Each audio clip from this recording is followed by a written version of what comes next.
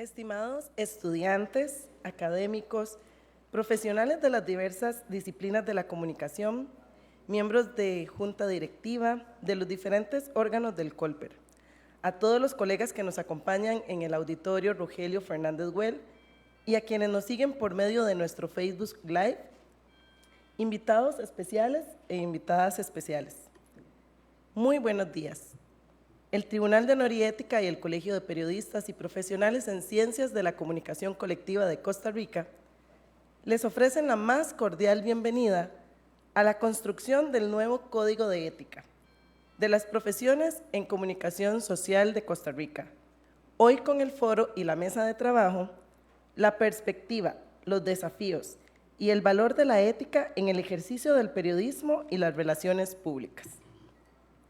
Como parte de las jornadas programadas por el Tribunal de Honor y Ética de llevar a cabo la construcción del Código de Ética del Colper, llevamos a cabo este foro en donde dialogaremos sobre la responsabilidad profesional, la ética y los valores de la comunicación social. Y haremos énfasis en el papel del periodismo y las relaciones públicas. Durante este año estaremos dialogando entre personas comunicadoras, pero también contaremos con la participación de otros actores atinentes a nuestra actividad, como los medios de información, instituciones afines, universidades, empresas y diversos sectores de la sociedad civil. Para el Colper, como entidad organizadora, es central y relevante garantizar la objetividad y veracidad de todo este proceso, que permita integrar la visión de las diferentes y de las 7 profesiones que integran nuestro colegio. Nuestra gratitud a cada una de las personas que nos acompañan hoy en este evento, el cual hemos dividido en 3 partes.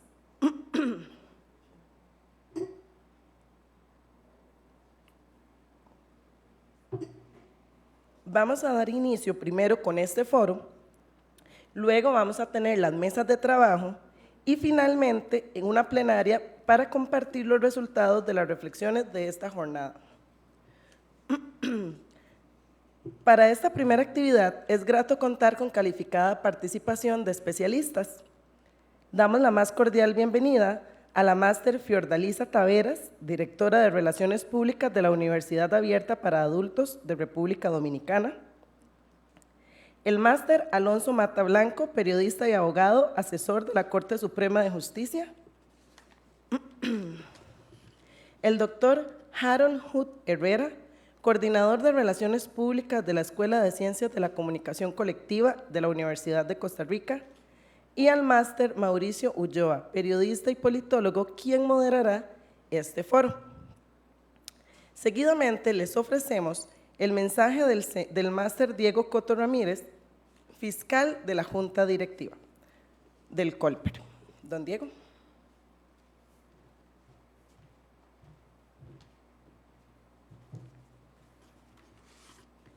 Señora Fiordalisa Taveras, señor Alonso Mata Blanco, señor Harold Hood Herrera, expositores del foro de hoy, señor Mauricio Herrera, moderador, miembros de la Junta Directiva del Colegio de Periodistas y Profesionales en Ciencias de la Comunicación Colectiva que nos acompañan hoy, del Tribunal de Honor y Ética y personas presentes en el auditorio, tengan todos buenos días. La ética profesional es el conjunto de normas aplicadas en el desarrollo de una actividad laboral. Puede verse reflejada en códigos profesionales a través de una serie de principios y contenidos postulados y marca formas de conducta dentro del desempeño de una profesión. Determina las pautas del desarrollo laboral mediante valores que poseen los seres humanos. La responsabilidad es esencial en la ética profesional. Sin ella no se podrían cumplir las metas establecidas por nosotros mismos. El actuar bajo la responsabilidad hará que cada persona realice su trabajo de forma en la que fue establecida con anterioridad. En el caso de la comunicación, nuestras profesiones tienen el potencial de influir directa e indirectamente en las personas y en la sociedad, por lo que la ética debe ser el núcleo de nuestra actividad profesional. En un mundo de noticias falsas y preocupaciones sobre la privacidad, a medida que la inteligencia artificial nos supera, Estamos en una encrucijada ética, no hay profesión de comunicación sin ética. En el caso del periodismo, hoy vive una mutación sin precedentes. El trabajo de los periodistas es más rápido, está sometido a numerosas limitaciones y es muchísimo más complejo. Defender y promover el periodismo ético es ahora más importante que nunca, tanto para los profesionales de la prensa como para cualquier ciudadano que se esfuerce por obtener una información segura y fiable en el futuro. Las informaciones falsas, la propaganda política y empresarial y los abusos vergonzosos observados en las plataformas digitales suponen una amenaza para la democracia y al mismo tiempo abren nuevos frentes de combate a los defensores de la libertad de expresión, los decisores en materia política y los profesionales en los medios. La ponzoñosa mezcla de las tecnologías digitales en las costumbres políticas corruptas y la explotación comercial del nuevo ámbito de la comunicación están creando fracturas de tensión continuada en el campo más vasto de la información pública. En el caso de las relaciones públicas, son una industria que se construye y depende de la confianza. Sin la confianza en los clientes serán incapaces de servirles verdaderamente. Sin la confianza, las partes interesadas claves serán incapaces de construir auténticas relaciones mutuamente beneficiosas. Cuando los profesionales de relaciones públicas buscan construir relaciones, la confianza es el ingrediente fundamental. Por esto se hace necesario que nuestro código de ética esté en constante evolución, por lo que reviste mucha importancia todo el trabajo que está liderando el Tribunal de Honor y Ética, el Colegio de Periodistas y Profesionales de Ciencias de la Comunicación Colectiva y muchos profesionales en comunicación en este momento. Les invito a participar el día de hoy, aportando todo lo que puedan para hacer de este nuevo código de ética ese mandamiento para el desarrollo de nuestras profesiones. Muchas gracias.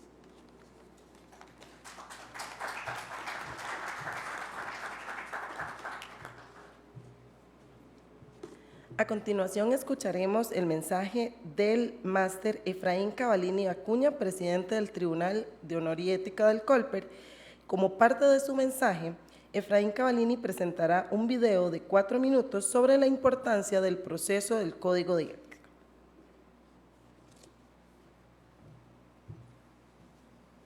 Muy buenos días. Primero que todo, muchísimas gracias a los que están aquí presentes, que han tenido la generosidad de acompañarnos hoy en esta actividad, asimismo a las personas que también nos siguen por las plataformas y medios de comunicación. Por supuesto, un agradecimiento a los compañeros que nos acompañan hoy, a doña Fiordalisa, que nos acompaña a la Universidad de República Dominicana, a don Harold, a don Alonso, a don Mauricio, compañero comunicador, exministro de Comunicación, que nos hace el honor de moderar este evento. Queremos compartir con ustedes un breve mensaje del Tribunal de Honor y Ética. Hemos reflexionado sobre este trabajo que venimos haciendo y creemos que es importante tomarnos el momento para poder hoy día aportar a este proceso tan importante. Porque hay valores éticos en los hechos, hay valores éticos en la transmisión de las informaciones, en la vida, en las dimensiones social, tecnológica, científica, ambiental, política, legal, económica, educativa, cultural y comunicacional, y de todas las cosas en la vida. Muchas veces estos valores éticos entran en conflicto, pero ¿cómo comunicarlos? ¿Cómo son practicados? Esta es una interrogante constante que nos hacemos en el Colegio de Periodistas y Profesionales en Ciencias de la Comunicación Colectiva día a día. Por ello, desde el Tribunal de Honor y Ética, en conjunto con la Junta Directiva del Colegio, hemos puesto en marcha una serie de actividades para construir juntos un debate público informado que nos conduzca a renovar la base sólida que tiene que ser importante desde esta institución, porque tiene repercusiones directas con la sociedad. Como profesionales en comunicación social, pero también como ciudadanos de un país que se goza de haber heredado de nuestros antepasados un Estado social de derecho, el cual tenemos la obligación de mejorar, de fortalecer, de conservarlo, estamos en este evento porque realmente nos importa la ética, la transparencia y la lucha contra la corrupción.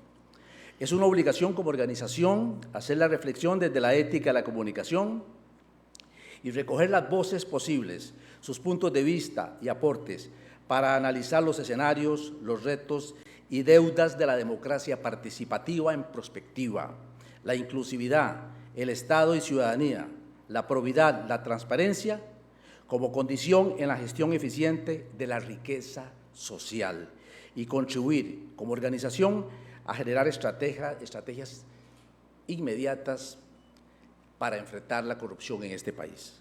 Con la construcción abierta y consensuada que llevamos a cabo en este semestre, dejaremos nuestra huella, porque creemos que usted hace el cambio. Como parte del mensaje de quienes integramos el Tribunal de Honor y Ética, les compartimos un breve video como complemento a lo expresado en este momento.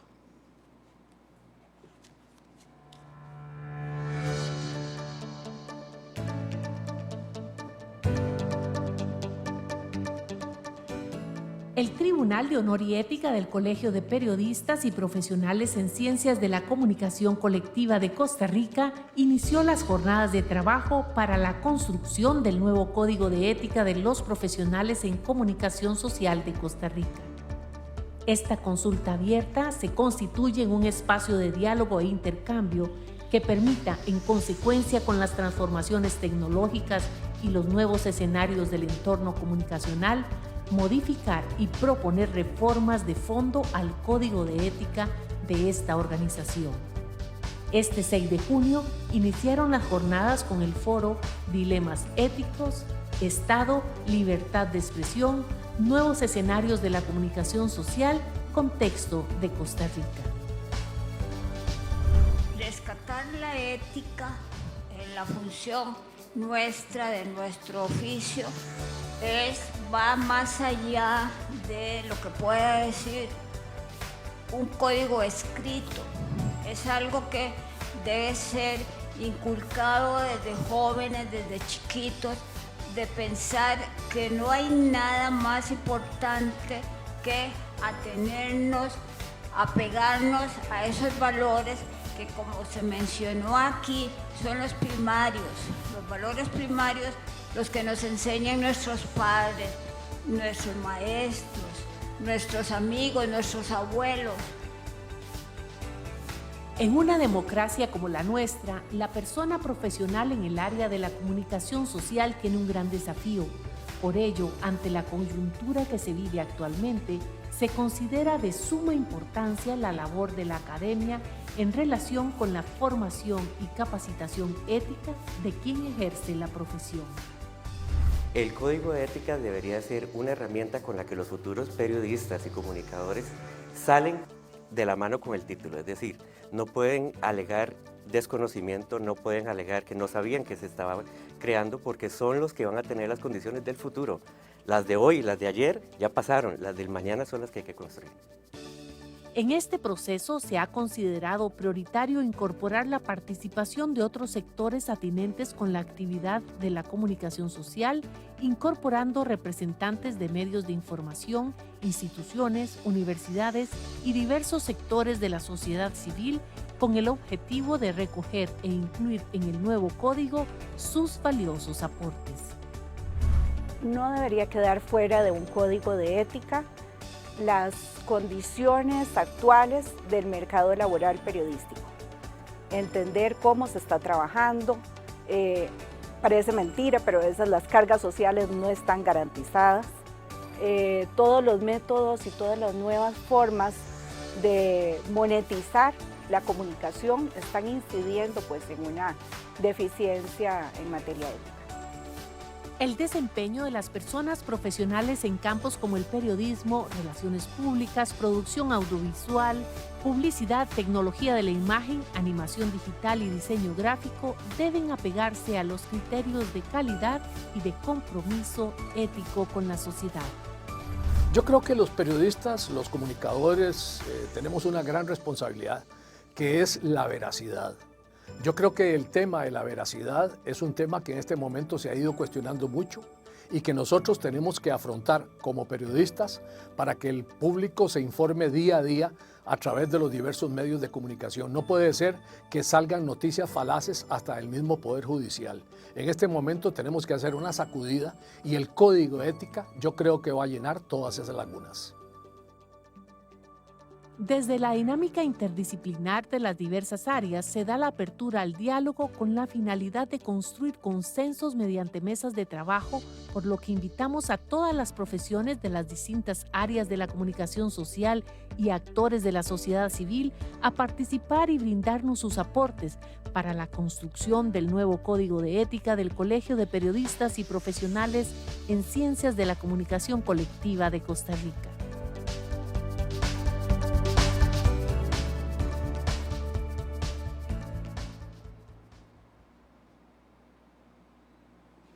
Ahora me complace otorgarle la palabra al máster Mauricio Herrera Ulloa, periodista y politólogo, consultor en comunicación, quien moderará este foro. Muchas gracias. Buenos días. Es para mí un enorme placer estar con ustedes acá en esta actividad que es realmente primordial en el esfuerzo de construir, modernizar, tomar en cuenta los contextos y el futuro para nuestra profesión. Entonces, realmente los felicito por el esfuerzo que se está haciendo. Es realmente importante y urgente abocarnos a esta tarea. Y nada más, antes de entrar a las presentaciones de cada uno de los expositores, nada más una brevísima introducción de mi parte, aprovechando el espacio. Y es que al final, más allá de los cambios tecnológicos que pueda haber, de los cambios de formatos y demás, en nuestras profesiones, especialmente en el periodismo, pero obviamente también en relaciones públicas, publicidad y el resto de la producción audiovisual, diseño gráfico, etcétera, tenemos un reto esencial y es un reto que trasciende los cambios tecnológicos y es nuestro compromiso con la verdad y nuestro compromiso con la búsqueda de la verdad. Como lo decía aquí también el compañero Villalobos, que acaba de aparecer también en el video, el compromiso con la veracidad. Y eso es cada vez mucho más importante en tanto internacionalmente y también dentro del país se lucha muchísimo para que no tengamos imposiciones externas o imposiciones políticas sobre los medios de comunicación o sobre nuestro ejercicio profesional, y siempre existe o ha existido una tentación de intentar imponernos desde fuera la obligación de la veracidad, por ejemplo, cuando eso tiene que ser un compromiso propio, un compromiso personalísimo de cada uno de los profesionales, pero también del colegio. Entonces, para evitar la tentación y para eludir los intentos que existen de imponernos controles externos, primeramente tenemos que ser muy rigurosos y muy comprometidos con la búsqueda de la verdad, que en mi opinión es la pregunta fundamental, es el problema fundamental de nuestras profesiones. Así como hay otras profesiones, por ejemplo, para los médicos y médicas, la salud es el problema fundamental. Para quienes trabajamos en comunicación, la verdad, la búsqueda de la verdad es el problema fundamental. Y cuando estamos comprometidos sinceramente con la búsqueda de la verdad, esa es la vacuna para alejar el resto de tentaciones que pueda haber, como los famosos clickbaits, ¿verdad? Que a veces por buscar que el público dé el clic en la página o en la red social, hay quienes se sienten tentados a exagerar, distorsionar, mentir, pero también al estar comprometidos con la verdad, evadimos las tentaciones de carácter económico, político, distintos intereses que pueda haber sobre los medios de comunicación y sobre nuestro trabajo. Lo que más importa es la búsqueda de la verdad. Y eso también está muy relacionado con la generación de confianza, que es esencial en el tema que también nos ocupa de relaciones públicas, como lo mencionó el señor fiscal, la generación de confianza entre las partes. Y todo esto tiene al final como objetivo último el fortalecimiento de una sociedad democrática, que depende de que quienes tenemos que transmitir la información podamos ser veraces, tengamos un compromiso con la verdad y que quienes tenemos que construir relaciones entre nuestras empresas y los públicos o nuestras organizaciones y los públicos, podamos generar de verdad confianza para que podamos construir una sociedad mejor para todos. Entonces, con esta pequeña introducción, donde ya yo consumí rápidamente mis minutos, comenzamos primero escuchando las palabras de nuestra invitada que nos habla desde República Dominicana, Fior Dalisa Tavares, que tiene una serie de experiencias muy interesantes allá que nos va a comentar en cuanto a la generación de información positiva y de información para la generación de confianza y la paz. Entonces, Fior, te damos la palabra para una introducción inicial de 5 minutos y quedamos todo oídos para escucharte. Bueno, pues muchas gracias, encantada de la invitación al Colegio de Periodistas de Costa Rica, decirles que reciban un fuerte abrazo de la Universidad Abierta para Adultos UAPA, que es pionera en educación a distancia en el país, y recientemente, como pionera en educación a distancia virtual en República Dominicana, graduó los primeros periodistas digitales, entiéndase, licenciados en periodismo digital, y eso fue un momento histórico para el periodismo dominicano, porque son los primeros académicos en el país. La escuela que dirige la periodista María Cabrera aportó un momento histórico a la profesión. Bueno, UAPA, como UAPA tengo ya unos más de 20 años ejerciendo las relaciones públicas, y desde ahí también y antes he ejercido el periodismo. Lo que puedo decir que he llevado las dos profesiones de manera paralela y puedo abordar esa ética en ambas. Bueno, lo primero, cuando hablamos de relaciones públicas, hablamos de un conjunto de estrategias de comunicación que relacionan la marca, la institución, con distintos públicos, con el público interno, que son los empleados, y con el público externo, que son los relacionados, los medios de comunicación. Y todo eso buscando una buena imagen y construir una buena reputación. Relaciones públicas tiene mucho que ver con esa reputación que tiene una organización, que tiene una empresa, o que tiene un artista, o que tiene una persona. Porque las relaciones públicas hoy en día, hasta las iglesias tienen que acudir. ¿Por qué? Porque todos queremos sumar, todos queremos crecer. Y la ética en las relaciones públicas juega un rol importante para la reputación de la organización que usted representa. Se debe actuar con justicia desde el público interno y externo, que son los que le competen a este tipo de ciencia de la comunicación. En la medida que se ejerce la profesión y el abordaje de sus noticias, estas tienen que estar amparadas en la ética, como decía el colega, en la veracidad, en la verdad, en la verdad. Siempre hay que decir la verdad en una nota, en todo lo que converge esa estrategia de comunicación con la verdad. Porque aunque siempre buscamos lo bueno de la institución, no siempre pasan las cosas positivas o que puedan favorecer a la institución. Siempre hay que recordar de que el periodista busca su noticia, busca la noticia y que debemos respetar ese derecho que tiene de buscar la información. Pero nosotros también tenemos el derecho de decir la verdad, pero ¿cómo decimos esa verdad? La ética o filosofía moral es la rama de la filosofía que estudia la conducta humana, lo correcto y lo incorrecto. Aun cuando se trata de una situación de crisis, el relacionista debe actuar con la verdad. Pero ¿cómo decimos esa verdad? Ante los medios que buscan producir noticias. Es por ello que las buenas relaciones con los medios deben prevalecer y atesorarse, pero respetando la libertad de pensamiento de todos los involucrados y del ejercicio pleno del periodismo, que se tengan que incurrir a un derecho a réplica. Siempre he dicho de que como tus relaciones, como tú, como encargado de relaciones públicas, mantenga la relación con los medios, así mismo van a tratar los medios a esa institución. Y puedo hacer testimonio.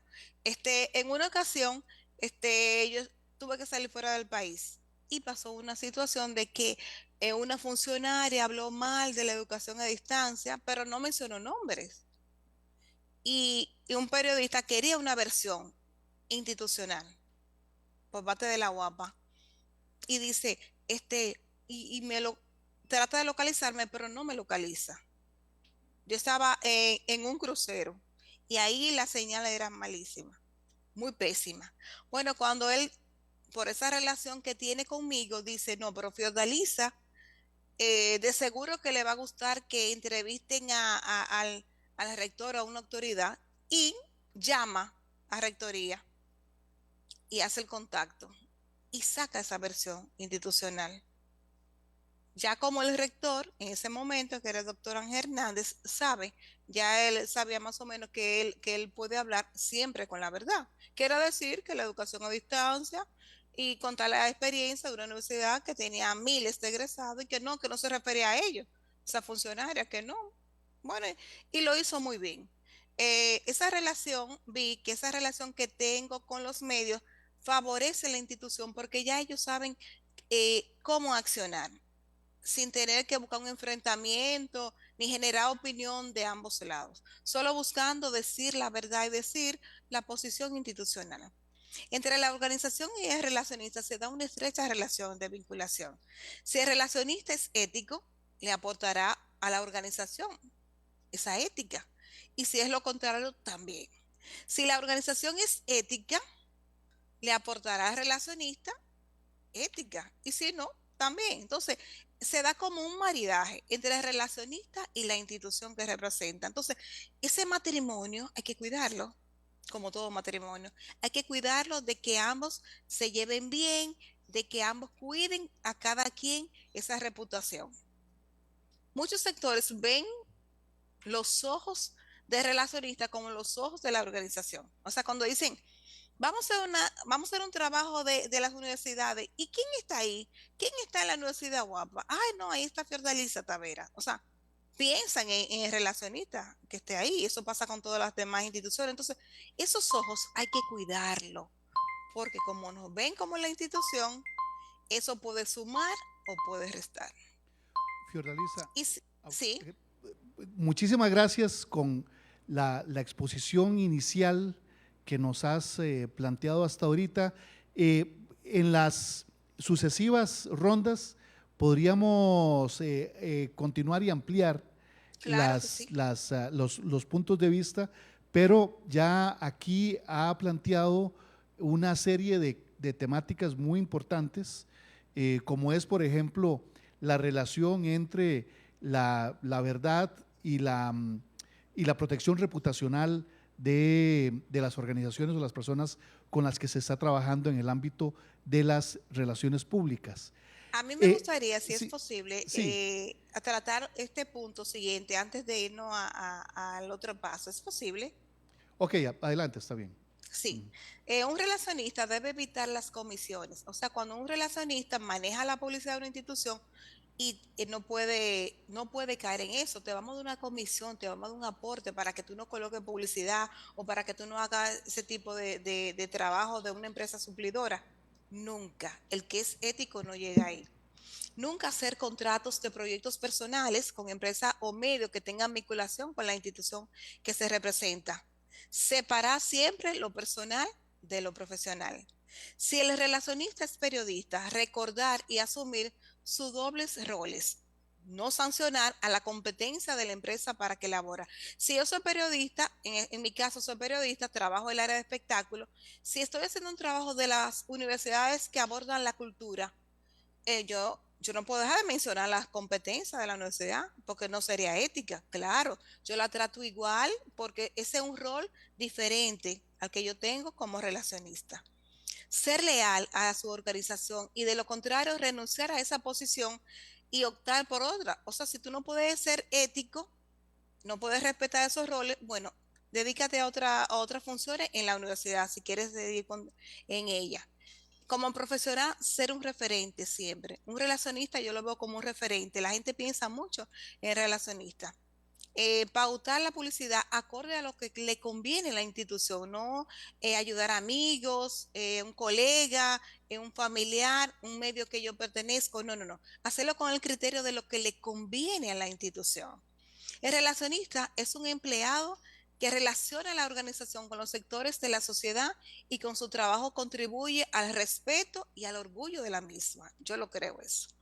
El relacionista es un empleado que aporta, que suma. Un relacionista debe ser empático, observador, coach, consejero, generar confianza y proyectar su marca de valor en todos los escenarios. Se puede ejercer las relaciones públicas y el periodismo, pero respetando la ética. Seguimos. Ya, esa es la parte que quería acotar. Claro, muchísimas gracias. Y aquí toca usted unos puntos importantes que con frecuencia pueden ser áreas de conflicto, de fricción en el ejercicio profesional. Muchísimas gracias. Gracias. Quiero ahora darle la palabra a don Alonso para que nos manifieste, nos exponga esa introducción a su exposición. Muchas gracias, Mauricio. Antes, y por favor, no me tomen el tiempo porque quiero hacer referencia al video que vimos antes de iniciar la exposición. Y esto no es parte de la exposición, entonces por favor no me tomen el tiempo. El último participante del video hace una referencia directa a una institución que yo represento, que es el Poder Judicial. Dice concretamente, no puede ser posible que haya informaciones falaces, incluso desde el Poder Judicial. Entonces, ya que estamos en un foro de ética, es importante pues, valorar el tema y también hacer una crítica a quienes organizan la actividad y a quienes produjeron el video. Es un ataque fuerte, ¿verdad?, contra una institución. Y parte de las críticas, de lo que tenemos que hacer nosotros como comunicadores es ver el mensaje y el canal. Estamos reproduciendo un mensaje. Entonces, nos estamos convirtiendo en alguien que simplemente pone el micrófono y bajo el ejercicio de la libertad de expresión damos el micrófono para que digan lo que consideran oportuno y transmitimos el mensaje, porque en el mensaje solamente se hace una crítica directa a una institución y es el Poder Judicial. Y quien denuncia o quien hace la crítica tiene la carga de la prueba, ¿verdad? Eso debería sustentarse, ¿verdad? Y eso vivimos en el Poder Judicial todos los días. Es un ejemplo de lo que sucede. ¿Qué estamos viviendo ahí? Pues una posverdad. Es decir, hay personas que por las resoluciones judiciales de los tribunales, de los jueces, de la Corte Plena, si no está de acuerdo a sus creencias, a sus valores, ya es una información falaz, o es desinformación, o es hasta fake news, nos han dicho. Una resolución judicial fundamentada por un juez, en donde existen procesos para impugnar esas sentencias, para recurrirlas, para incluso pedir una anulatoria de esas sentencias. Entonces, hago esta crítica a la organización, a todos los que estamos en este foro, los que están observando, porque ser comunicador, ser periodista, ser productor, no se trata solo de poner un micrófono y que la persona diga lo que considere. Somos responsables también de ese producto. Yo voy a darme la tarea de contactar al señor y ponerme a su disposición, porque desde luego la información, al menos como se dice ahí, la información que sale del Poder Judicial no es falaz, ni es desinformación. Son informaciones que respetan todos los valores. Usted puede estar de acuerdo o en desacuerdo con una resolución judicial, es parte de nuestro Estado Social de Derecho, pero tiene que tener un fundamento y no decir que porque una resolución no me gusta, es falaz o es desinformación o están informando mal. Ok, esa era la aclaración que quería hacer. Ahora sí, si quieren pueden tomar el tiempo para ver que me ajusto a las reglas. Y bueno, hecho esta crítica, quiero felicitar al Colegio de Periodistas por esta actividad, me parece de suma relevancia, me parece importantísimo que haya personas jóvenes y personas grandes participando en ella, que esta co-construcción se dé desde diferentes vías. Y además muy alegre porque estoy en un momento en la edad en donde coincido con estudiantes y con exprofesores. Entonces, Mauricio fue profesor mío, Harold también, doña Ruth también, no quiero quemarla, pero hace 23 años, por ahí, hace 23 años. Muy bien, bueno, yo tenía una presentación, no sé si la tienen por ahí, si no, no pasa nada, por aquí la puedo buscar. Bueno, básicamente Aquí está, bueno, excelente. Tres cositas que queremos destacar en este análisis sobre cómo debemos construir, cómo debemos repensar la deontología y la ética.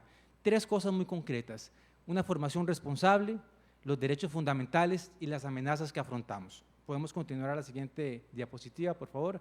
Muy bien, primero, cuando partimos de ética en el ejercicio de la comunicación, deberíamos partir siempre de derechos fundamentales. Entonces, como comunicadores, estamos llamados a hacer garantizar, a que se valgan estos derechos fundamentales.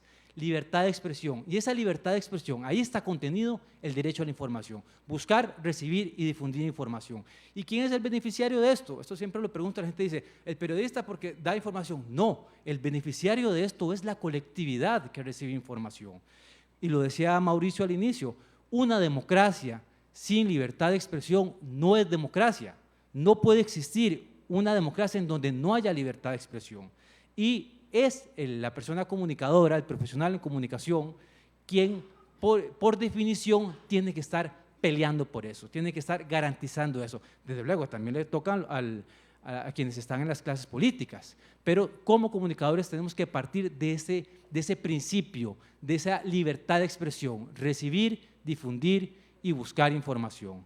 El acceso a la información pública, otro elemento clave que debemos a partir de esta definición de la ética o repensar la ética, el derecho al acceso a la información pública también como un elemento crucial y clave en nuestro sistema democrático. Entender la intimidad, en artículo 24 de la Constitución Política, y cuando más bien la notoriedad de la persona está por encima de esa intimidad en el beneficio del interés público. Voy muy rápido porque me queda muy poquito tiempo. Si quieren pasamos a la siguiente diapositiva.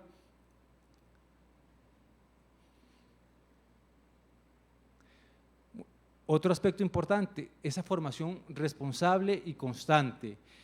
Tenemos que estar constantemente preparándonos, educándonos, recibiendo formación, valores deontológicos, que esos me los traje del código del Colegio de Abogados, la ciencia y conciencia, es decir, saber hacer bien nuestro trabajo, pero hacerlo por un beneficio común, por un beneficio colectivo.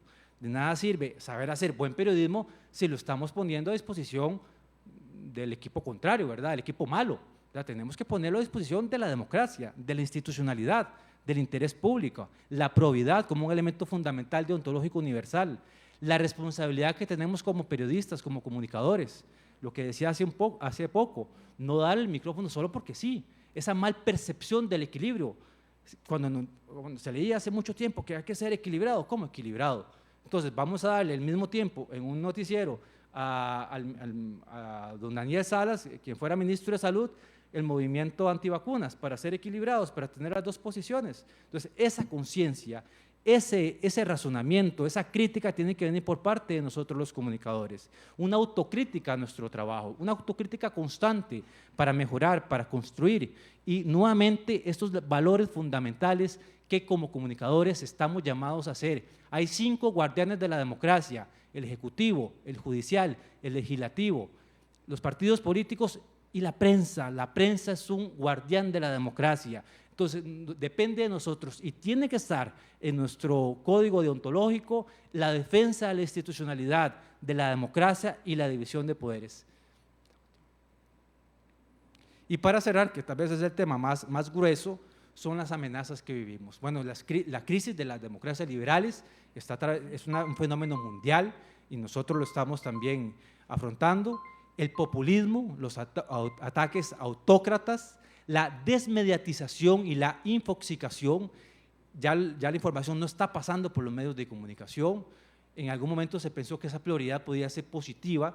Sin embargo, hemos caído en desinformación y un exceso de información, y en ese mar de información ya no sabemos, o la ciudadanía no sabe distinguir en cuál es la correcta, cuál es la equivocada, cuál está tergiversada. Fenómenos que se han hablado mucho, pero que tenemos que tener claros ante las amenazas que enfrentamos: la posverdad, los fake news, el sesgo de información, el equilibrio que mencionaba ahora, y finalmente este reto de la paradoja de la tolerancia, ¿verdad? Esa paradoja de la tolerancia que dice que si somos tolerantes con los intolerantes, finalmente la tolerancia va a ser pisoteada. Efectivamente tenemos que defender la libertad de expresión, pero, y ahí está la clave, y ahí está lo duro, que será ver cuándo incluso la libertad de expresión, que es un derecho fundamental, incluso en diferentes circunstancias, debería tener algún tipo de barrera. ¿Por qué? Porque si ese discurso podría propiciar violencia, podría propiciar la caída de una democracia, ahí sí tendría que haber ciertas limitaciones. Fui lo más rápido que pude, espero que haber quedado claro, pero ahora en la siguiente fase podemos atender dudas. Muchas gracias. Excelente, muchísimas gracias, porque además tocó unos temas que son esenciales en la discusión. Más despuesito vamos a conversar un poquito más también de las restricciones, cuando hay restricciones legítimas, que por dicha hay toda una elaboración, todo un avance jurisprudencial en el ámbito de la Corte Interamericana de Derechos Humanos, del Sistema Interamericano de Derechos Humanos, donde se ha tratado ya ese tema, y es delicadísimo, pero vamos a profundizar un poquito más después. Adelante, don Harold, un gusto tenerlo aquí. Muchas gracias. Buenos días. Primeramente, un agradecimiento y una felicitación al Colegio de Periodistas por este valioso esfuerzo y por el compromiso, responsabilidad y seriedad con que han asumido este rol. El agradecimiento a los colegas acá del panel también. Y de igual manera, me agrada muchísimo ver caras conocidas y nuevas generaciones aquí en este proceso. Cuando uno habla de último, le dejan poco que decir, ¿verdad? No, en realidad, de esto hay muchísimo y hay mucho que reflexionar. Yo quisiera ser un poco complementario a lo que hemos escuchado. Ya hemos reflexionado sobre el concepto de la ética y las implicaciones. Yo quisiera reflexionar sobre el por qué esto es importante. Es decir, la responsabilidad que tenemos todas las personas comunicadoras, indistintamente de si estamos en relaciones públicas, periodismo, producción audiovisual, comunicación social, etcétera. Nosotros tenemos la capacidad de incidir en la opinión pública. Somos parte de la construcción de las narrativas y somos parte de la construcción del discurso público. Y esto incide en las actitudes, hábitos y comportamientos de las personas. Cuando nosotros vemos narrativas como las que surgieron alrededor de la vacunación del COVID, ¿verdad? ¿Recuerdan algunas historias conspiracionales alrededor de este tema de que si uno se ponía la vacuna iban a activar una antena y nos iban a robar la información y una serie de cosas? Bueno, eso de alguna manera incide en detonantes para que haya grupos antivacunas, ¿verdad? Por ese o por cualquier otro motivo, pero lo cierto del caso es que al haber una serie de mensajes y de construcción de nuevo de este tipo de narrativas, hace que las personas empiecen a tomar partido y se fraccionen las posiciones y puedan llegar a ver puntos fuertes de tensión. Hoy más que nunca las redes sociales se nutren del tema de las emociones y eso es lo que lleva a la gente a tener discusiones y confrontaciones fuertes. Recuerden la segunda ronda electoral, hubo en las elecciones donde estaban los dos Alvarados, ¿verdad? Compitiendo en segunda ronda, el tema era los derechos igualitarios, la parte LGTBI, y era una discusión fuertísima que dividió al país, ¿verdad? Y entonces ahí teníamos una serie de narrativas que surgían desde las redes sociales. Y este es otro componente importante, ya no solo tenemos el rol de las personas profesionales en el área de comunicación, sino que las redes sociales le han abierto el micrófono a todas las personas. Dice Humberto Eco de una manera tal vez no tan elegante, ¿verdad? Que se le da la oportunidad a cualquier persona de opinar de cualquier cosa. Y esto ha dado espacio para que se empiecen a generar efectos negativos basados en información falsa. Por ahí dice el teorema de Thomas que si los hechos son dados por reales, serán reales en sus consecuencias, ¿verdad? Y claramente esto nos encuentra o nos confronta con una serie de dilemas éticos y más grave que esto, muchas personas ya han identificado en este riesgo potencial una oportunidad mal vista desde el punto de vista estratégico. Y entonces ya hay una contaminación intencional de este discurso para inducir a decisiones. Bueno, el caso de Cambridge Analytics, que vimos con el tema del Brexit en aquel momento, y ahora, bueno, vemos todo lo que pasa alrededor del ejército de troles que se ha acusado de tener por parte de algunos representantes institucionales y que sí tiene un efecto en la población. Entonces, hoy más que nunca estamos frente a discursos que son disonantes, que son polifónicos, que son contradictorios y que de alguna manera incentivan a este proceso emotivo y visceral. Y la época de los gatekeepers, que eran los jefes de redacción, que eran los dueños de la verdad en algún sentido, ¿verdad?, quedó atrás y hoy cualquiera puede cuestionar cualquier cosa con una gran inmediatez y un gran impacto. Es por esto que el ejercicio responsable de la comunicación debe ser ese contrapeso, ese baluarte donde las personas pueden encontrar el equilibrio y el contrapeso de lo que pueda haber a nivel de redes sociales. Y esto, ¿por qué es importante? Dice el estudio de Red 506, el 72% de la gente en Latinoamérica se informa de manera exclusiva por las redes sociales. ¿Cuánto nivel de profundidad, cuánto nivel de credibilidad tenemos en estas fuentes? Y ya hoy no solo hablamos de las fake news, ¿verdad?, sino de las deep fakes. ¿Y esto qué es? Es la construcción de documentos o la deconstrucción para incentivar el error. Ya en la Asamblea Legislativa me han comentado varios diputados que se encuentran con documentos falsos, que es un proyecto de decreto modificado de manera malintencionada para que alguien vaya en contra o a favor de un proyecto. Ahora con la marcha universitaria surgió un audio, falso por supuesto, de supuestamente el Consejo Universitario con información totalmente errada y eso circuló en redes sociales. Entonces uno se da cuenta cómo hay procesos de manipulación.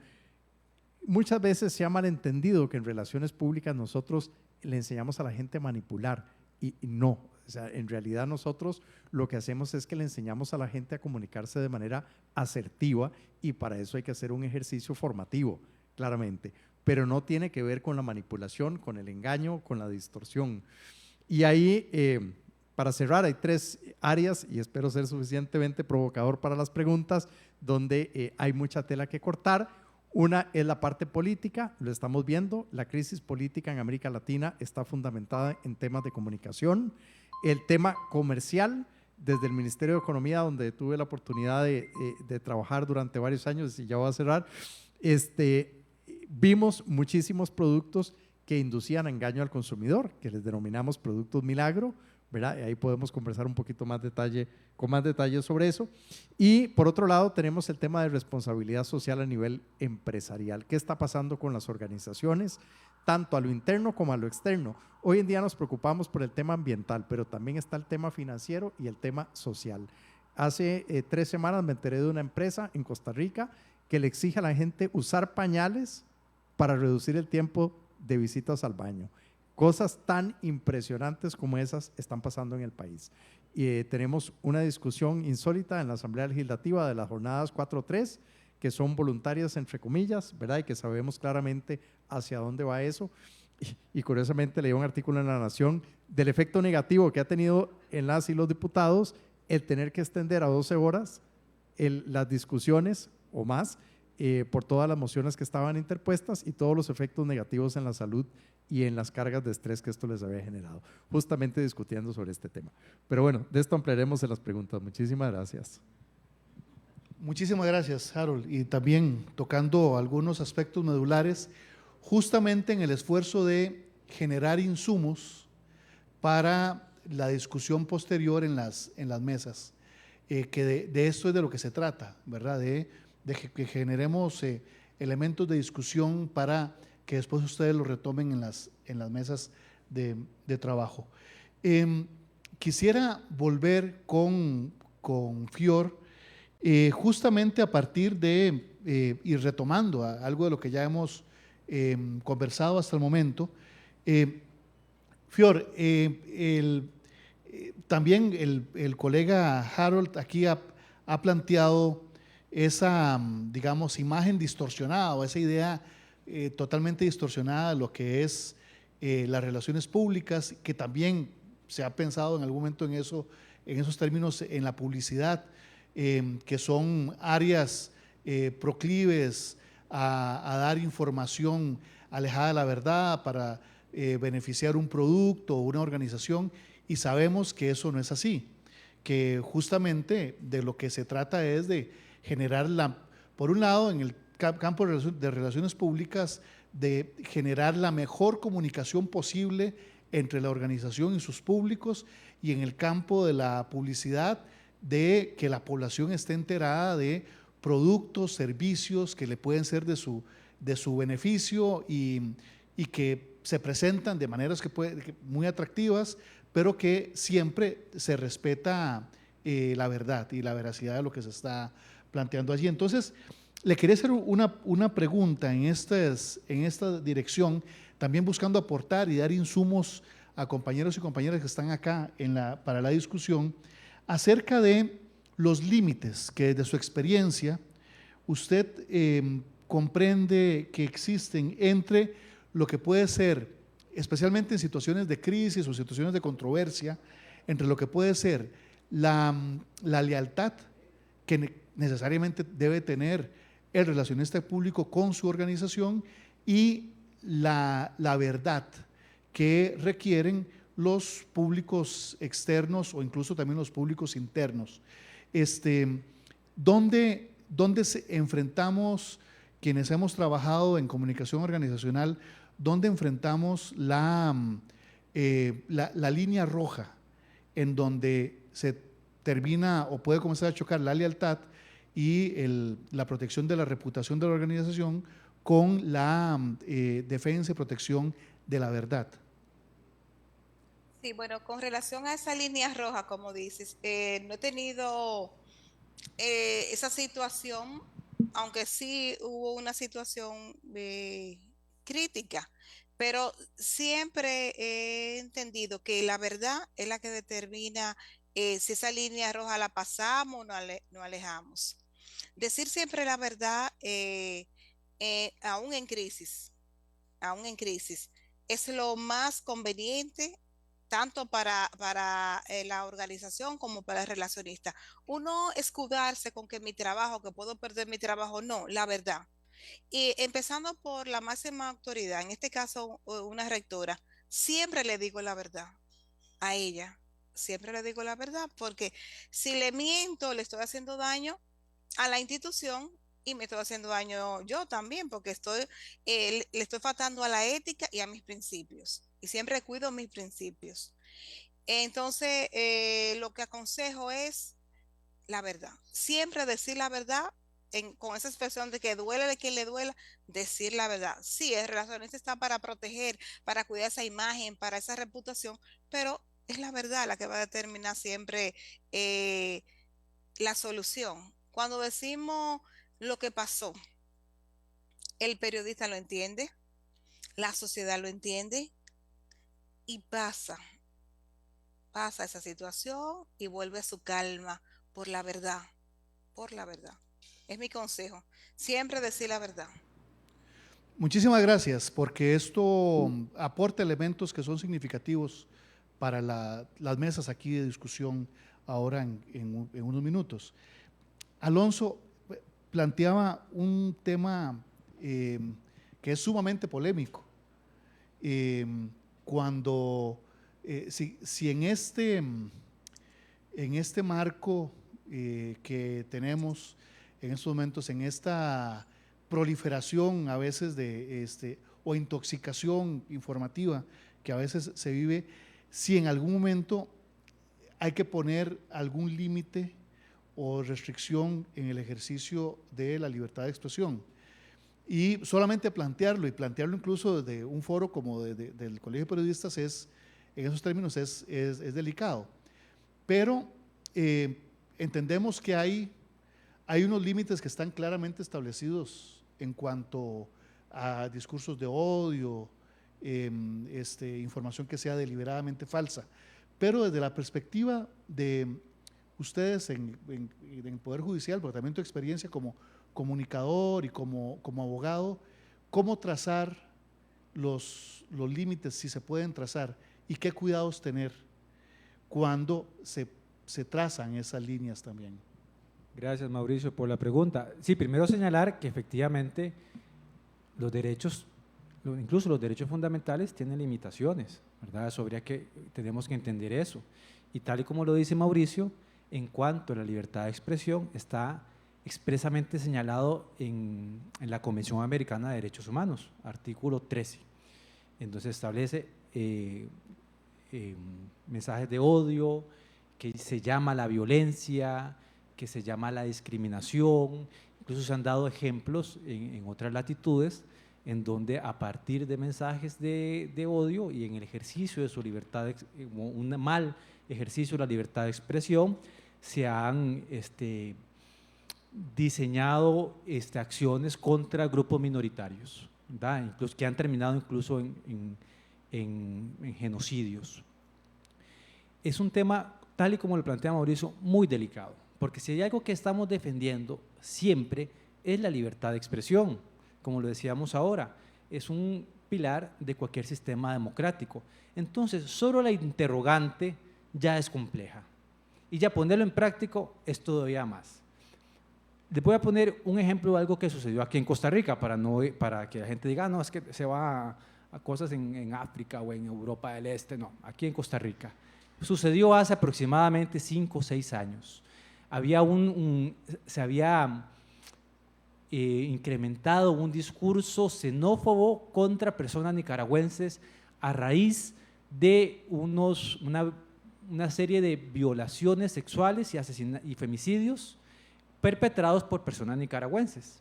Entonces, claro, eso generó un enojo terrible en la ciudadanía, la gente estaba muy enojada, entonces se empezó este discurso, esta narrativa de que son los nicaragüenses los culpables que vienen, y se organiza una marcha, probablemente muchos la recordarán, una marcha espontánea en el centro de San José, de gente vestida con camisa de la selección de Costa Rica, y gritaba cánticos como si fueran al estadio, pero lo asociaban con un discurso contra los nicaragüenses. Entonces se empezó a agrupar este grupo de gente, llegó a ser decenas de personas, y empezaron a transitar por San José con un discurso claramente de odio, ¿verdad? De que los nicaragüenses son los responsables, y diciendo expresamente, vamos a ir a sacarlos, vamos a ir a golpearlos, trasladándose al Parque La Merced, ¿verdad?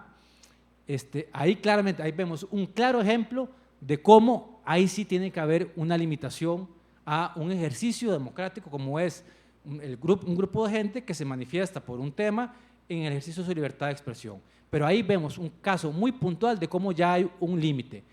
En ese momento, me parece que el ministro de Comunicación era don Juan Carlos Mendoza, ¿verdad? Todavía no estaba Mauricio. Hacen una conferencia de prensa, hacen una llamativa a la ciudadanía, hablan con la prensa, la fuerza pública logra contener con relativa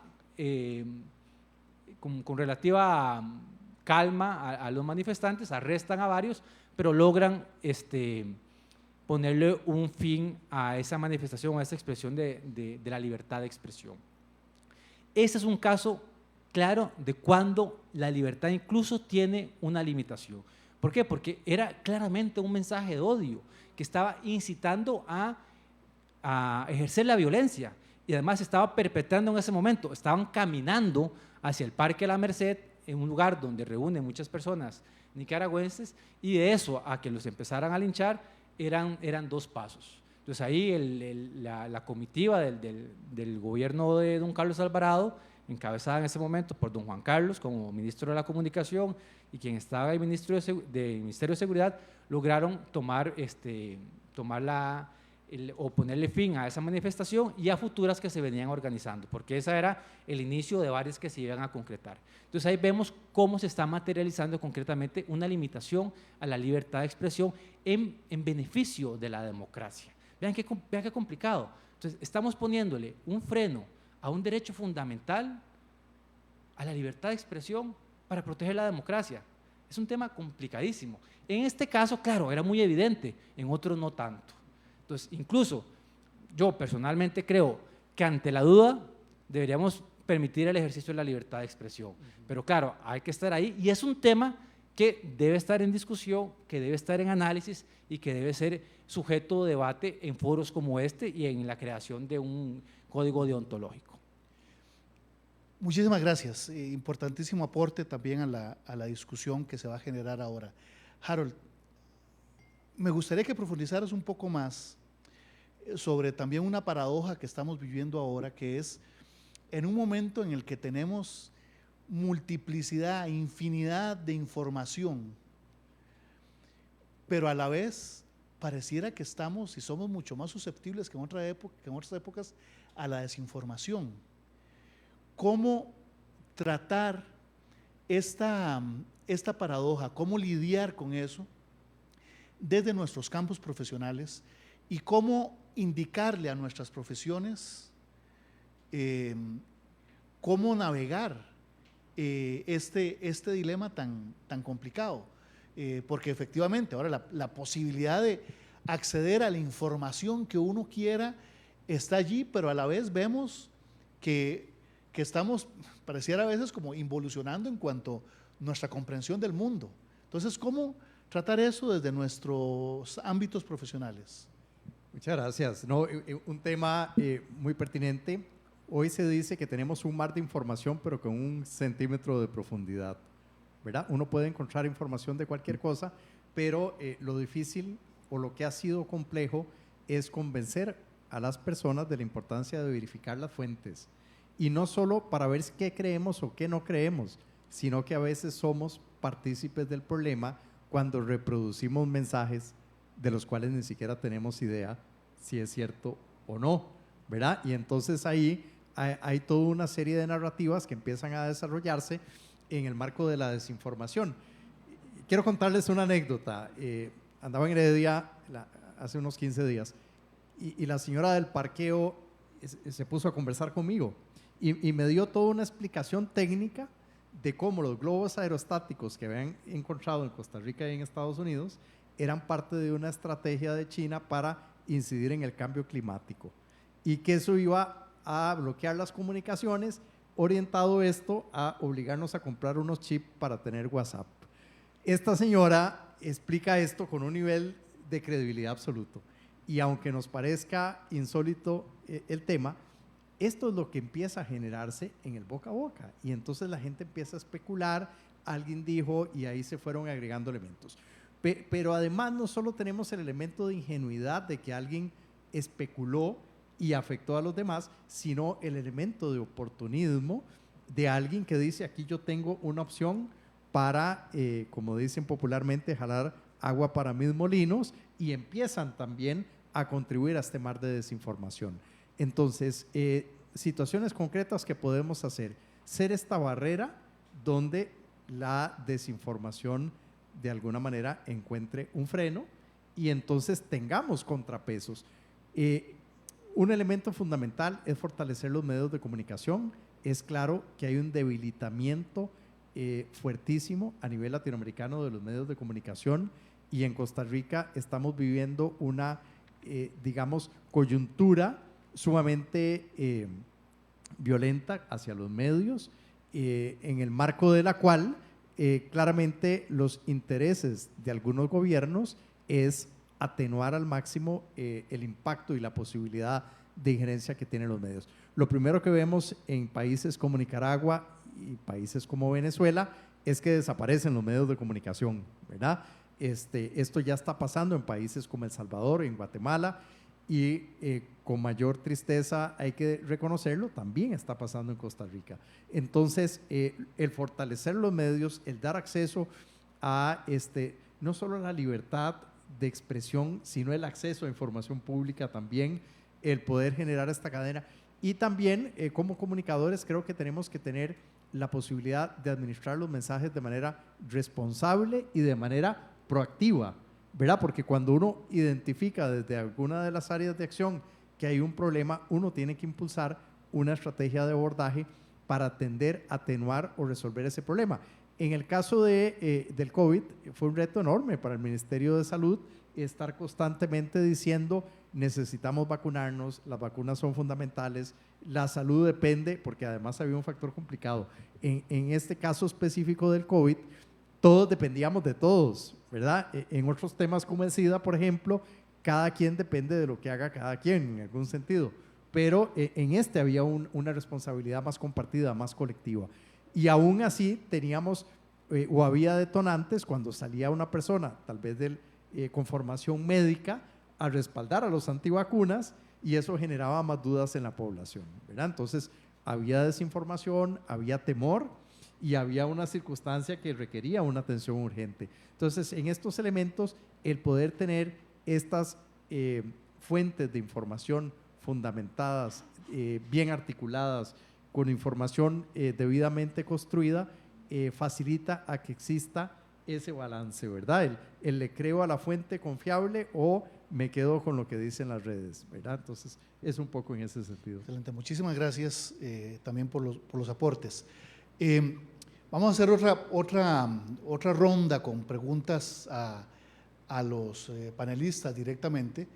De acuerdo con las instrucciones también que nos dio don Efraín, las preguntas que ustedes puedan tener, como vamos a tener unas mesas de trabajo, entonces allí es el espacio en donde podemos intercambiar inquietudes y demás para avanzar un poquitito más acá con algunas impresiones adicionales y luego un cierre también de los panelistas. Fior, le quería hacer una consulta también en esta línea. En un contexto donde las organizaciones tienen tanta competencia, donde hay tantos distractores y donde siempre queremos que nuestras organizaciones estén adelante y que estén bien posicionadas entre los públicos donde queremos que estén en esa situación, ¿cuál considera usted que deberían ser los deberes que el relacionista público debe imponerse, debe sujetarse para poder cumplir con sus objetivos organizacionales y también mantener un desempeño ético de la profesión en este contexto tan saturado de mensajes y de competencia?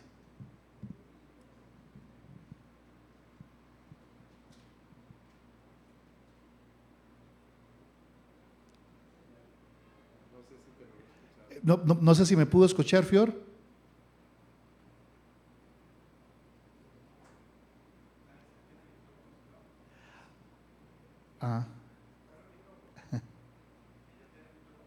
¿Pudo escucharnos? Ok. Sí, no, le consultaba en esto, que en este contexto en el que estamos, ¿cuáles desde su experiencia pueden ser o deben ser los deberes de el relacionista público para cumplir con esos postulados éticos, pero a la vez con las necesidades que tiene la empresa, la organización? Bueno, vamos a ver uno de los que yo tengo como desafío, pero sí quisiera abordar un poquito de una campaña que diseñé para el ejercicio ético en el periodismo de República Dominicana y que ha tenido sus impactos. Bueno, los desafíos que entiendo que tienen las relaciones públicas es ganar y mantener la confianza. La confianza es un recurso que muchos no lo toman en cuenta para una función como un relacionista público, pero sí tiene un gran valor. Entiendo que a partir de esa confianza genera más público, genera también fidelización, genera también proyección, genera sobre todo identificación. Nunca hacer contratos personales, como yo decía, con medios que tengan vinculación. No, ese no es, ese es de los desafíos, perdón. De los desafíos, vamos a explicar los desafíos.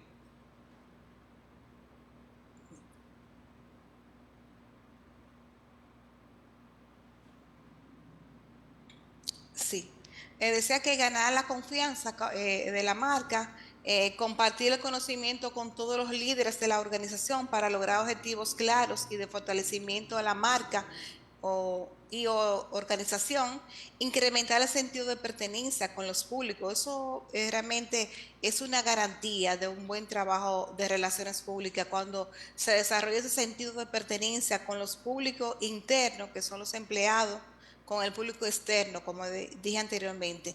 Visibilizar los valores institucionales en las acciones estratégicas, como la publicitaria, la de comunicación, la promoción. Esos valores que rigen a esa institución deben ser siempre tratados en todas las acciones. Fortalecer la responsabilidad social como el medio ambiente, no como un recurso para salir en los medios, como decía Harold, no. Es un recurso de vida, y más en este tiempo que está la humanidad. Formación en coaching. Recuerdo que hace unos años una directiva de la universidad en la que laboro, la UAPA, ella me decía, ¿por qué tú no te formas en coaching, que te va a ayudar mucho? Y yo no le veía la importancia a esa metodología, a esa guía para lograr metas. Y a partir de que ella insistió, me formo en una certificación internacional y puedo decir y doy ese testimonio de que aporta muchísimo. Porque con esa formación de coaching, tú vas ayudando a cada directivo para que logre su meta, que son las metas que tiene el plan operativo de la institución. Entonces, tú contribuyes desde todas las instancias a que la organización logre su meta. Entonces, con el coaching es que se puede lograr eso. Humanizar las acciones y estrategias que contribuyan con el logro de la marca. Humanizar. Humanizar viene de la gente, de recordar que relaciones humanas es con la gente. Aún en el tiempo de la tecnología, de que tenemos el chat GPT, todos esos recursos que imperan hoy en día, humanizar. Lo humano es lo que prevalece en las relaciones humanas. De hecho, se dice que un buen relacionista siempre es una buena persona. Y sobre todo, hacerle relaciones públicas a las relaciones públicas. ¿Qué quiero decir con esto? Que el trabajo que hacemos no se ve. Nunca se ve, pero se siente. Cuando un relacionista no hace el trabajo, la gente dice, ¿y quién es relacionado público de aquí? Pero cuando las cosas quedan perfectamente, nadie dice, oye, pero un buen relacionista que tiene esta institución. O sea, entonces yo digo, visibilizar lo que hacemos. Se requiere en este tiempo visibilizar aún más. Yo le decía que en mi condición de vicepresidenta del Colegio de Periodistas en ese momento, diseñé una campaña que se llama Soy Periodista y Condeno la Violencia. Es una campaña que busca el ejercicio ético, amparado en el Código de Ética del Colegio Dominicano de Periodistas, que es creado mediante la Ley 1091. Con esta campaña, que está amparada en el Código de Ética, en los artículos 11, en el capítulo 2 de Deberes y Derechos ante la sociedad, en el artículo 11 dice, el periodista defenderá la dignidad humana, la convivencia social y los valores esenciales de las comunidades. En el artículo 3 establece, el periodista contribuirá a salvaguardar la salud mental y la moral colectiva, desechando la pornografía, la vulgaridad, la violencia de la que Harold hablaba y demás expositores, y otros actos sensacionalistas y degradantes en los medios de comunicación social. Eso establece el Código de Ética. Entonces, a partir de ahí, un psiquiatra muy reputado en el país decía que los medios de comunicación aportaban a un comportamiento violento porque daban tantos detalles cuando se daba un hecho horrendo que eso trabajaba las mentes de los débiles y se repetían los casos. Estamos hablando de escenarios en República Dominicana. Y puede ser que sea una mirada de toda Latinoamérica y Centroamérica. El objetivo de esta campaña es reducir las imágenes violentas en los medios de comunicación escritos, electrónicos y virtuales en la República Dominicana. Eliminar lo que yo le llamo el periodismo vampiro, que le gusta la sangre y que entiende que la sangre es noticia. Los objetivos específicos de esta campaña es reducir las imágenes sangrientas en los medios de comunicación del país, eliminar la exhibición de cadáveres como un recurso noticioso, reducir los detalles de que no aportan a la información. A veces decimos muchas cosas, o sea, hacemos redundancia y no aportan nada. Eliminar recursos de imágenes sin editar, a veces decimos, esas imágenes son editadas como sinónimo de que es noticia de primera mano, y no es así, a veces que sale muy costoso el trabajo de edición. Mejorar la redacción noticiosa relacionada con la niñez, con la mujer, con los sectores vulnerables. Eliminar el lenguaje violento, ademanes que producen conductas modeladas. A veces un periodista dice, no, porque en este país, y golpeamos en la televisión el escritorio, y eso genera un comportamiento violento ante la audiencia. Hay que ser muy cuidadoso con eso. Que los objetivos generales también está reducir las imágenes y detalles verbales violentos en los medios de comunicación electrónicos, respetar el dolor ajeno. Cuando hacemos una noticia de que un hombre asesinó a su compañera y damos esos detalles, nos estamos olvidando de los vivos, de los familiares que quedan con ese dolor. Y es lo que se produce hoy en día, el dolor, el doble dolor. El dolor primero de la víctima, de que se perdió una vida, y el doble dolor, el abordaje que le da el periodista, el medio, que da tantos detalles que eso es muy difícil que los familiares lo puedan olvidar, aún recurriendo a terapia psicológica. Respetar la dignidad de los demás. Una persona cuando muere no pierde su dignidad, la dignidad siempre le va a acompañar. Reducir en su máxima expresión el negocio de la sangre. Es un negocio que existe en Latinoamérica, de que con las noticias con mucha sangre se vende más, se posiciona más el medio. No, eso es una burla al dolor ajeno. Evitar los detalles informativos en hechos de suicidio, dar los detalles que un joven se quitó la vida tomando un medicamento que se llama LL. No, si estamos dando los nombres, estamos dando ideas, que es lo que los psicólogos le llaman conductas modeladas, a que se repita ese hecho. Y los medios y el periodismo no están para eso. Evitar los detalles informativos también, cuando un hombre asesina a una mujer, que dice que la mató porque se negaba a volver con él. No, la información es completarla. La mató porque se negaba a volver con él por los constantes maltratos a los que era sometida. Si completamos esa idea en la redacción periodística, hacemos bien, pero lo importante es que esa noticia no tenga tantos detalles. A veces decimos que la mató con una calibre tanto. No, los periodistas no tenemos que hablar de calibre ni de pulgada de un arma blanca. Solamente decir que la asesinó con un arma blanca, no queda detalle porque damos ideas para que ese hecho se repita, y ese no es el objetivo del periodismo. Cuando hacemos una noticia, no debe incurrirse en imágenes. Las imágenes no son importantes, y si requiere una imagen, que sea la cédula, su documento de identidad cuando estaba viva, nunca cuando estaba en el hecho, nunca. Eso es producir y replicar el doble dolor. Reducir la violencia hacia la mujer, como dice, desarrollar una cultura de un periodismo de aporte a soluciones, incrementar el buen periodismo basado en valores en los medios masivos. Fior, Seguimos.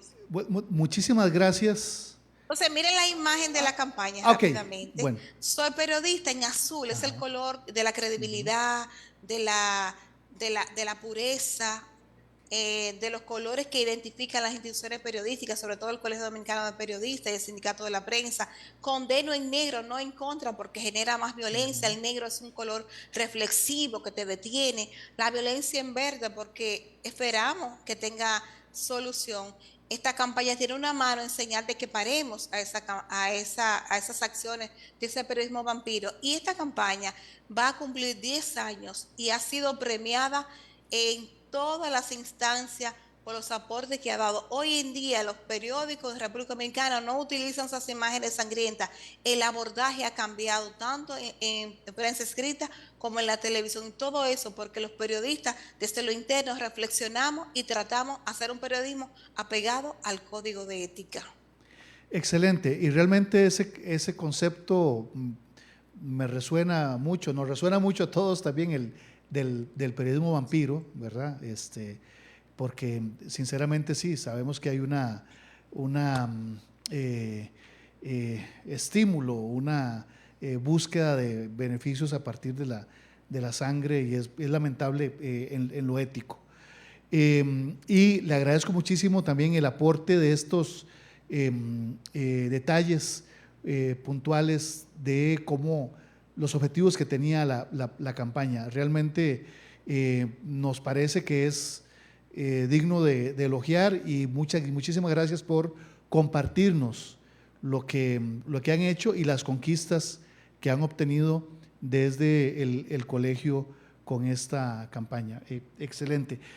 Para continuar, porque ya tenemos que ir terminando y buscando también un cierre. Ahí podemos ver unas imágenes, y sobre todo es que todas las instituciones periodísticas forman parte de la campaña. Son más de 50 periodistas que son periodistas en el ejercicio, que dicen, no, yo cuando una noticia que tenga que ver con la niñez, yo lo abordo así porque eso hace daño, cuando es con la vejez, cuando es con la persona vulnerable, con la discapacidad, en fin, hay una conciencia de la clase periodística de cómo hacer un mejor trabajo, pero sobre todo apegado a ese código de ética que nos rige. Excelente. No, realmente es un aporte importante que lo vamos a aprovechar muchísimo aquí. Miren ahí que se promulgó una ley para proteger la imagen, seguimos, desde el presidente pasado seguimos, y también vemos algunos flyers que circulan en las redes cuando se desmiente una información, salen perjudicados el medio, eso cuando los fake news, las noticias falsas, y también dice que el periodismo es para hacer el bien, y eso siempre debemos tenerlo en cuenta. Parte del reconocimiento que he recibido a nivel del país por los aportes que ha dado la campaña, son más de 500 actividades que se han desarrollado y forma parte de la Cátedra de Convivencia Pacífica de la Universidad Guapa. Ningún palo noticioso, dice ese maestro del periodismo, vale la vida de una persona, y yo lo creo. Muchas gracias. Muchísimas gracias.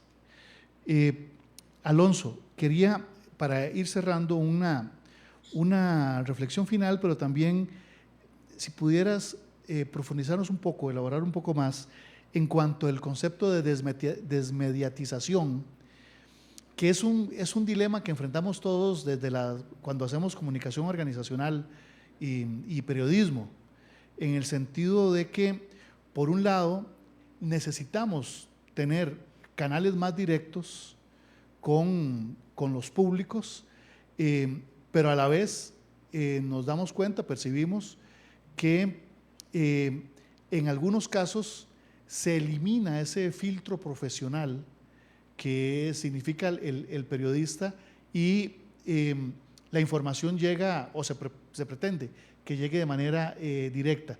Eso tiene pros y contras. Sí, desde tu experiencia, ¿podrías elaborar un poco más al respecto? Sí, sí, muchas gracias. Primero decir que efectivamente estamos ante una situación compleja, históricamente compleja, probablemente más compleja, la más compleja de las últimas décadas. Cuando surgieron las redes sociales, cuando empezó Twitter y Facebook y todo esto, el problema estaba en el modelo de negocio de los medios de comunicación, ¿verdad? Ya no se va a poder generar dinero como usualmente se generaba. Ahora, y pensábamos que eso era complejo, ahora es muchísimo más complejo, porque lo que está en jaque son nuestros sistemas democráticos. O sea, a partir de las redes sociales hay un ataque constante a las sociedades democráticas, ¿verdad? Y se ha vivido expresamente, creo que Harold lo mencionó, ¿verdad? El caso Brexit, también pasó en Colombia con el referendo, pasó en Estados Unidos con el presidente Trump, y ha pasado en otros países mucho más cercanos. En Brasil también, con el presidente Bolsonaro. Ese fenómeno es el que nos va a tocar enfrentar. El cómo a partir del surgimiento, o la resignificación de las redes sociales, que en algún momento se pensó que esa pluralidad, y probablemente lo fue beneficiosa. Ya los medios de comunicación no tenían el monopolio de la información, ¿verdad? Entonces se democratizó la información, ahora cualquier persona podía informarlo, pero eso generó una serie de perjuicios. ¿Y en dónde están los perjuicios? En que los medios de comunicación, al menos los medios de comunicación formales, tenían una estructura para verificar la información, para que esta información cumpliera ciertos parámetros de calidad y de rigurosidad, que ante la desmediatización se ha perdido eso. Sucede lo mismo con los partidos políticos. Los partidos políticos funcionan también como estructuras que procuran hacer filtros para quien quiera postularse o que quiera llegar al poder, pues también hacer una serie de frenos, ¿verdad? O sea, lo que queremos es que la persona que llega a representar al partido político para las elecciones provinciales o nacionales sea una persona que cumpla con ciertos valores y cierta integridad y que sea afín a la ideología del partido. Pero ahora ya los partidos políticos o como funcionaban antes ya no existen como tal, incluso se han acuñado algunos términos como partidos de alquiler o partidos taxi, en donde ya no es un partido político el que está llegando al poder, es una persona la que llega al poder. Entonces la estructura de los partidos desaparece en ese escenario, así como desaparece la estructura que tenían los medios de comunicación a la hora de filtrar la información. Y ese es el fenómeno de la desmediatización, es decir, la información llega sin necesidad de pasar por un medio de comunicación. ¿Dónde está el problema? Que no hay rigurosidad, de que se están viendo qué quiere la población, qué información requiere y se le está dando tal cual. Entonces hay un sesgo de confirmación. Pues las personas ya tienen una posición basada en sus principios, en sus ideologías y sus creencias, lo que salen es buscar quién se las confirme y lo van a encontrar quién lo confirme ahí. Y lo vemos también con los algoritmos y con los problemas de las burbujas. A veces a mí me llama mucho la atención que la gente en TikTok, la gente me dice, es que todo el mundo está hablando de eso, solo se está hablando, vea cómo está TikTok. Yo, claro, porque eso es lo que el algoritmo le está tirando, probablemente viste un video de eso y esto es lo que te está poniendo. Entonces existe un gran riesgo porque además la gente deja de creer en los medios de comunicación. Es decir, en una investigación que probablemente hizo un periodista de una forma rigurosa, que pasó por un editor, que validaron las fuentes, que verificaron la información, y ve a otra de una persona que simplemente lanza especulaciones y probablemente le crea más a que lanza especulaciones. Porque además se ha creado una nebulosa de cuestionamiento per se sobre los medios de comunicación. Entonces, cuando un medio de comunicación informa una cosa y dice, es un negocio lo que tienen, es que quieren traerse bajo a alguien, entonces a priori descalifican al medio de comunicación. Entonces ese es lo que estamos afrontando los comunicadores y las comunicadoras en este momento. Y yo sí creo, y esto es un call to action, que creo que hay mucha gente que no está consciente de que esto está sucediendo.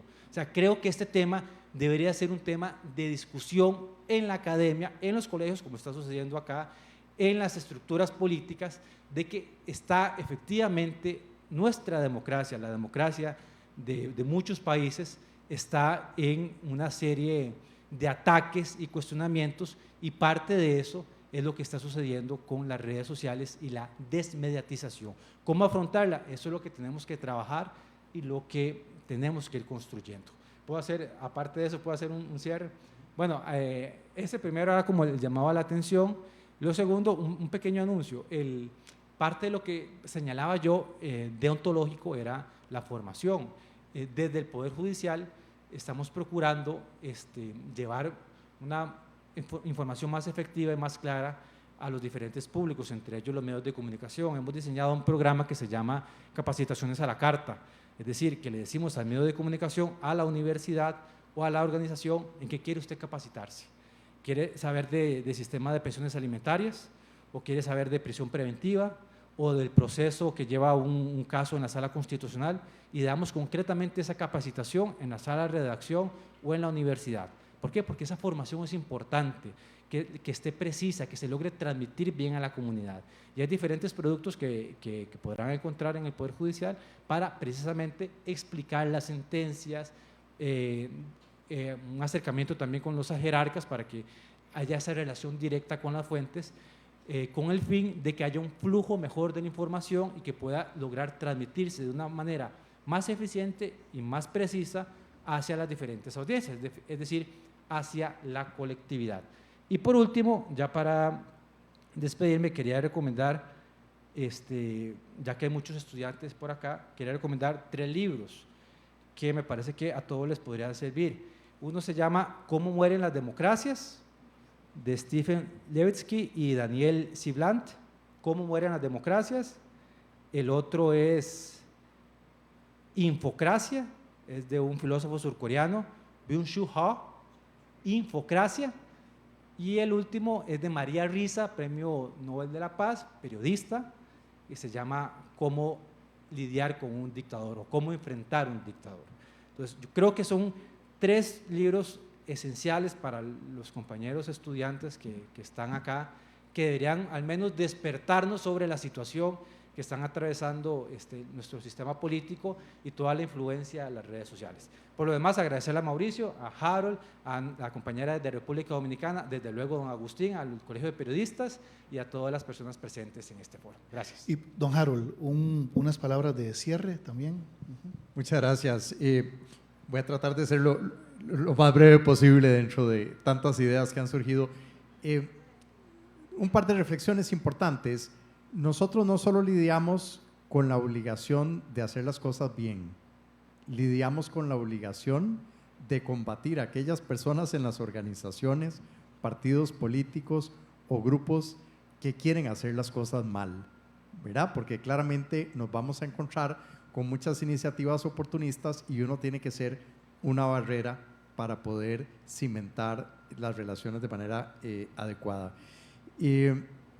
En el tema de la desmediatización que se mencionaba ahora, la reflexión que me queda, y es un reto, cómo competir en ese mar de información, ¿verdad? Estamos en la época de la economía de la información y los medios tradicionales, uno de los grandes valores que tenían es que tenían la capacidad de profundizar. Hoy, ¿cuánto nos da un tweet de espacio para poder llamar a la reflexión, ¿verdad? Entonces, eso es importante. A manera de resumen, la ética en el caso concreto de las relaciones públicas es crucial para construir confianza y reputación corporativa, y esto es lo que permite construir relaciones de largo plazo con los diferentes públicos meta o stakeholders, y esto implica asumir un compromiso con el cumplimiento de las normas, con la transparencia y con el valor social que pueden aportar las organizaciones desde la perspectiva de la responsabilidad social.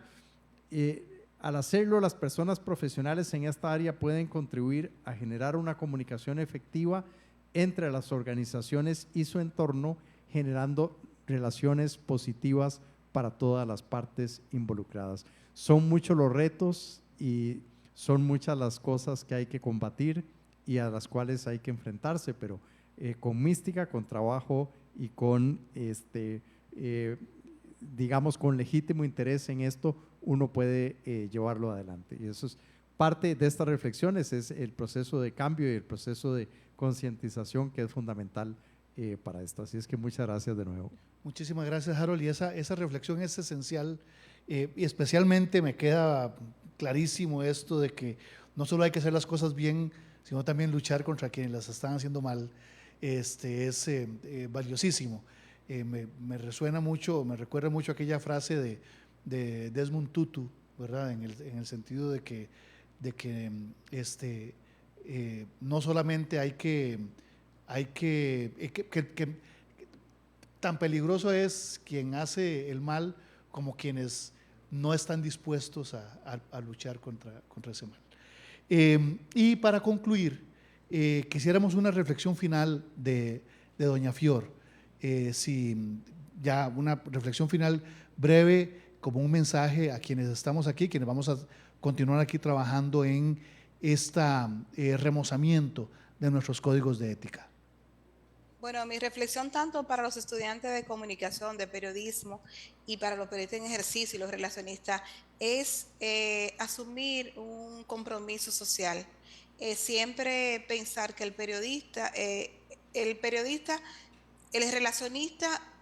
tiene una oportunidad de construir una mejor organización.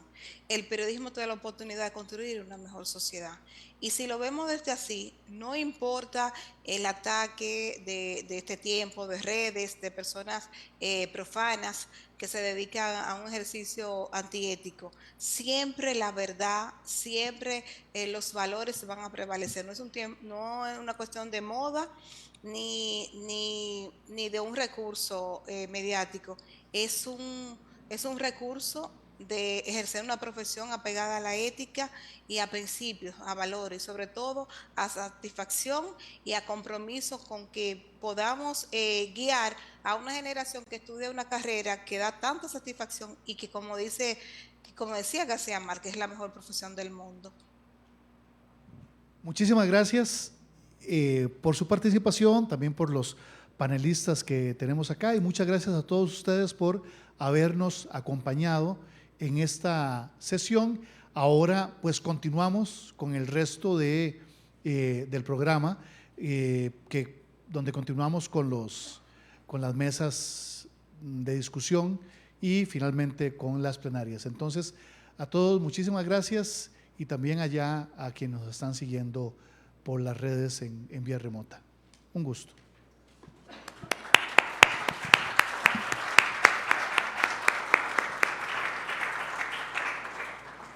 Muchas gracias por regalarnos este foro y compartirnos información tan valiosa que nos va a ayudar en la construcción de nuestro nuevo código de ética. Les invitamos a que puedan tomar asiento en las butacas para continuar con el proceso de las mesas de trabajo, y para eso vamos a llamar a la señora Beatriz Pérez Sánchez, vicepresidenta del Tribunal de Honor y Ética, quien nos va a explicar cuál va a ser la dinámica de trabajo que vamos a tener con las mesas para la construcción de nuestro nuevo código de ética. Doña Beatriz, por favor.